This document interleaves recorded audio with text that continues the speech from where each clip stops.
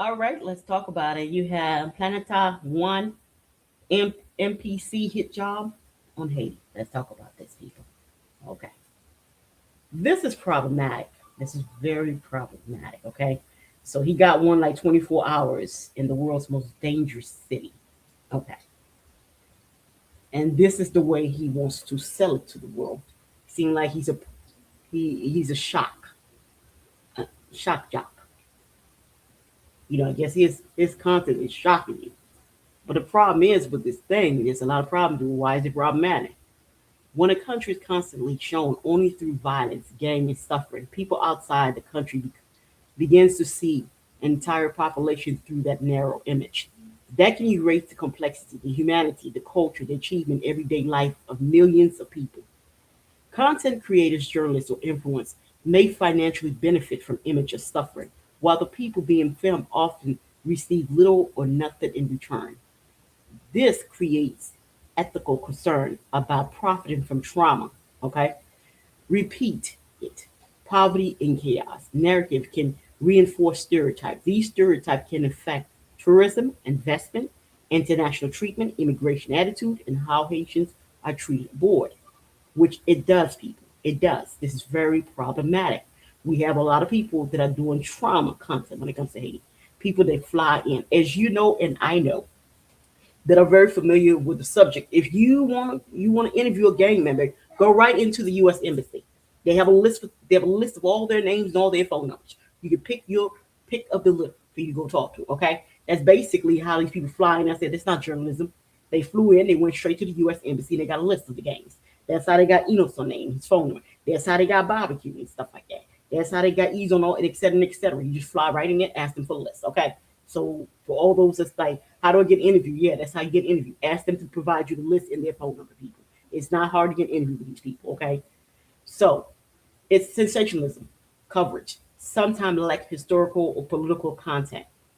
Haiti instability did not emerge from nowhere, people. This is not something that happened out of nowhere. We've had multiple foreign invasion. I did a piece. Was supposed to be Chad number 17. Then next thing you know, the fake white Haitian talking about, oh no, they're not technically there, blah blah blah. And then there was somebody had El Salvador had this, they had that. Every 2 weeks is somebody, and then they talking about they have some kind of repression of gang situation going on here that's been sitting in that damn country for 2 months not doing a damn thing. And another thing is, I think it's just pure asinine when the country has a military, whatever the hell you want to call it, those boys can go ahead and handle that little situation. I don't know why the international want to make money when there's actually people there that are trained that can actually do the damn thing. They over there making all kind of lies on the media and stuff like that. I'm like, don't listen to them. Don't train that Kool-Aid. They want to make money. That's all they see that place is money. Intervention because they're gonna make you and they're gonna make your government and all this malarkiness that needs to stop. They need to cut them off. They need to starve them out. The minute they start starving their little rump, they'll stop. They'll stop this foolishness. So, but like I said, lots of intervention, lots and lots of intervention that's never centered around the people that live there. It's always for people money. It's always greed driven. And it's always at the expense of the place, okay? And the place end up with a bad PR. But the people who's part of the intervention, it's good for them, bad for the damn place, okay? And then we have layers and layers of debt. And then we have political interference, which is meddling, okay? We had an accord that was signed in 1933. I want to do the 1933 accord with the United States of America. What I don't understand is how America could be insulting people that are nominated by the U.S. itself, okay? And that when America was leaving Haiti, America made Haiti sign a pact, and Haiti's not the only place America makes sign this pact. America, any country that America goes into, and it does an intervention on you, military intervention on you, whatever it does on you. If it brings military, before it leave, you have to sign a pact with it. And the pact is that they will choose your leadership for you. So everybody you're seeing there, they're just doing what they put in the metallic folder to do. So I don't even understand the hypocrisy behind the shit. I really don't. It's getting my nerve. I like they put them there. They hand selected. They have to get vetted by them. They the one that choose who gonna do this, who gonna do that. So it makes no sense for them to be at the United Nations, being the hypocrites that they are. I don't know what's wrong with which man you don't know what's wrong with them, cat. You selected them, you put them in there. So what you talking about? They just doing exactly what you told them to do in the metallic folder you gave them. So why we acting shocked here now? It's ridiculous. The corruption, it's off the Richter scale, people. It's really off the Richter scale. And then mixed with the natural disaster, the global economic pressure. It's always global economic pressure. It's always one side. It's always good for those outsiders. It's never good for the people. The land is just historically have not been good for the people of the land. Okay? All shape the current situation. Leaving that out can create misleading picture, and it did. It did. Okay, showing this doesn't do the place a service. This is not helping the damn place. Okay, because this right here is a byproduct of bad government, which is installed on the place. People do not understand.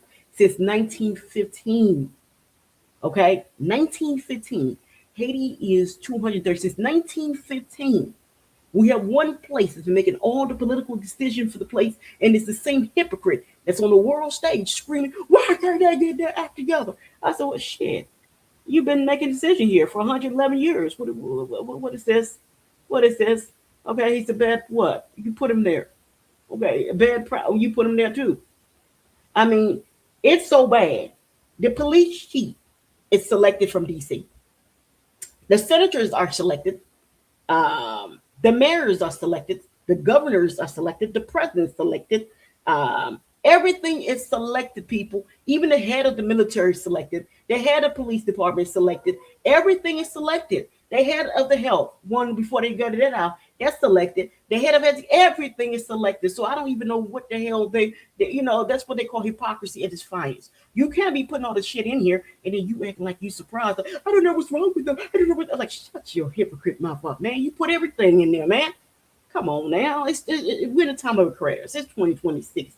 Let's keep it 100, keep it moving, man, and keep the shit pushing. So it's unethical. You're filming grieving family, injured people, vulnerable communities without dignity or balance. It for me, some people say it can feel exploitative. For me, it is exploitative. It's exploitative. It's good for you. It's bad for them. You know, especially if your focus is shock value instead of understanding. Haiti is suffering has become entertainment content for creators because we see them flopping in here, like you have him here. Okay, showing a road is blocked, but not giving the backstory, not giving the context why they blocked the road here. Okay, and then it's like for me, you do better with yourself. You can do better with yourself. Haiti is experiencing real violence and humanity crisis in some areas in Port-au-Prince. Okay, especially in the Port-au-Prince area. Reporting on these reality is not automatically anti-Haiti or hate. Journalism and documenting can help bring attention and aid in international awareness. You're messed up, and then I heard your little messed up version of the history and with your little messed up version of the content on how Haiti got there.